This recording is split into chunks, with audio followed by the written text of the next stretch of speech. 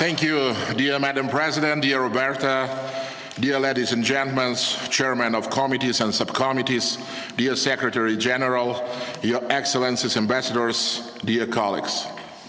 I would like to start my opening remarks with the most heartfelt thanks to a great friend of Ukraine, Madam President Roberta Metsola, who in today's meeting and proposed to establish comprehensive bilateral cooperation between the committees of our parliaments. Thank you, dear Roberta. That's applause for you.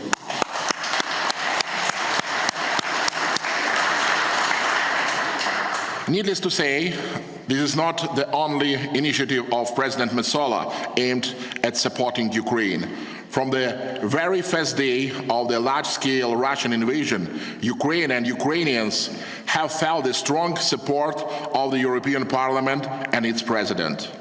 The European Parliament shows outstanding leadership among other EU institutions, having the strongest political position as to weapons supplies, enhancing sanction pressure on the aggressor, and creating applicable mechanism for holding Russia and its top official accountable for the crimes committed in Ukraine. And it's a key component of your future joint victory. Very essential is also a significant contribution made by the European Parliament to stable functioning of the Verkhovna Rada during this difficult wartime. You supported us not only politically, but also with concrete steps, increasing our institutional capacity and creating working conditions even under the constant Russian missiles attacks.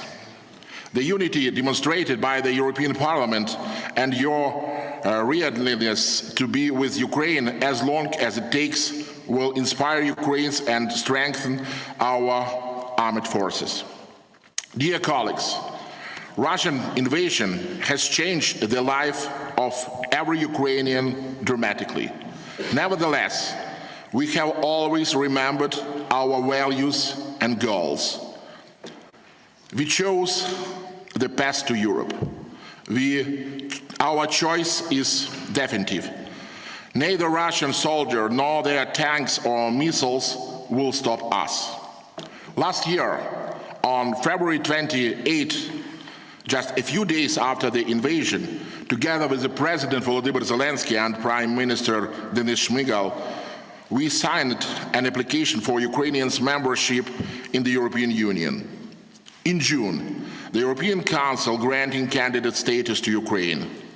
Today, the Ukrainian authorities are working to create conditions for opening the accession negotiation as early as this year. This process consolidates the Ukrainian government, politicians and society just as we are consolidated by our common fighting against the aggressor. I am grateful to the European Parliament that you've been with us on this path, showing your political support at all its stages. Ukraine realizes that the process of joining the EU is not that simple and will require painstaking and systematic work. The Ukrainian Parliament, together with the government, will play a key role in this process of adapting national legislation to the EU acquis. I believe that the time has come when every committee of the Ukrainian Parliament should become a European integration committee, and every legislative initiative should be considered in terms of its compliance with the certain European legal acts. It is not easy, but I should become our worldview and the new architecture of Ukrainian parliamentarism. No doubt we will be successful because I know that you are and will be with us. Today's meeting opens a new page in our relations, allowing us to establish new contacts or boost the existing ones. I am also convinced that it will be followed by regular meetings, joint events, working contacts between parliamentarians, and constant interaction between our secretaries in the future. Some of our committees have already developed or are developing their roadmaps for European integration activities, which, in my view, should shape their framework and agenda for the intercommittee dialogue. I also believe that our future dialogue can be coordinated and are planned under the leadership of the Ukraine-EU Parliamentary Association Committee. This is how I see our future work, which will contribute to Ukraine's full-fledged membership in the European Union, and thus to the prosperity of all our society. Dear colleagues, I am very delighted to announce the opening of the Parliamentary Office on Adaptation of Legislation to the European Union acquis with the support of the EU. Thus, I would like to take this opportunity and sign the relevant order specifying and governing the activity of the office within the Verkhovna Rada of Ukraine.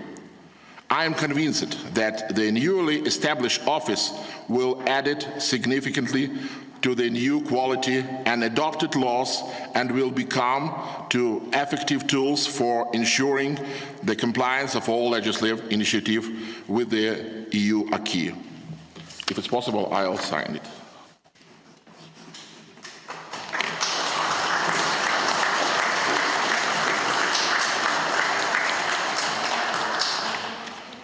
With this, let me close my introductory speech and once again thank the President for her wonderful initiative. Thank you, Roberta. Now let's get started to work in clusters.